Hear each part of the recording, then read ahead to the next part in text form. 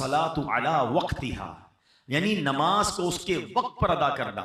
फिर पूछा या रसूलल्लाह उसके बाद दूसरा सेकंड पसंदीदा अमल?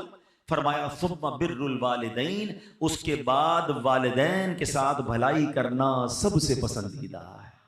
ये इतनी बड़ी नेकी है, ये पसंदीदा अमल पे भी टॉप लिस्ट पर है।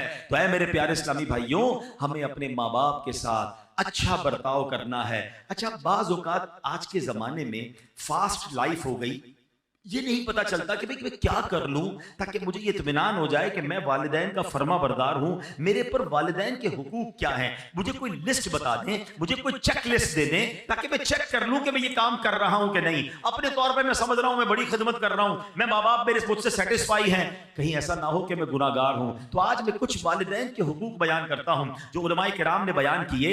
अब जरा गौर कीजिए, वालिदैन के साथ नेक सलूक करना कैसे है। सबसे पहले तो ये बात जहन में बिठा लें कि वालिदैन के हुकूक की गिनती भी नहीं हो सकती, इतने हुकूक हैं।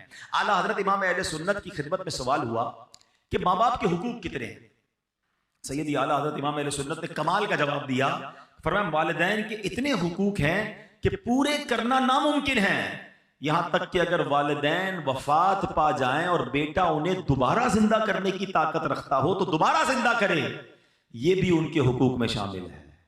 तो ये तो कर ही नहीं सकते हम तो उनसे पैदा हुए हैं ना, हम उनकी वफात के बाद उनको पैदा नहीं कर सकते, जिंदा नहीं कर सकते। हुकूक का आलम यह है।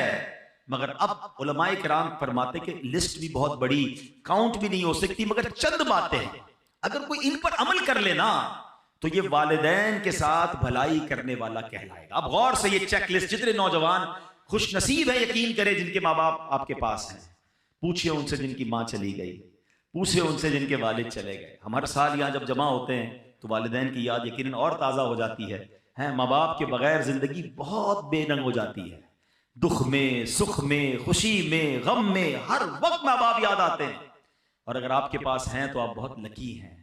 आओ मेरे बच्चों, आओ मेरे नौजवानों, सुन लो कि शरीयत क्या सिखा रही है कि माँ बाप के हुकूक क्या है। पहला हक, शरीयत के दायरे में रहते हुए वालिदैन की हर बात मानना, ये पहला हक है। यानी वालिदैन की हर बात माननी है, जो वो कह दे फौरन लब्बैक कहते हुए उनके हुक्म पर अमल कर गुजरना है। ऐसे बहुत सारे काम हैं कि जो आम हालात में जायज की हद तक हैं, वालिदैन का हुक्म हो जाए तो अब ये वाजिब हो जाएंगे। मसलन खाना खाना जायज है, लेकिन अगर माँ बाप हुक्म फरमा दे कि खाओ, खाना पड़ेगा, तो अब ये लाजिम हो जाएगा।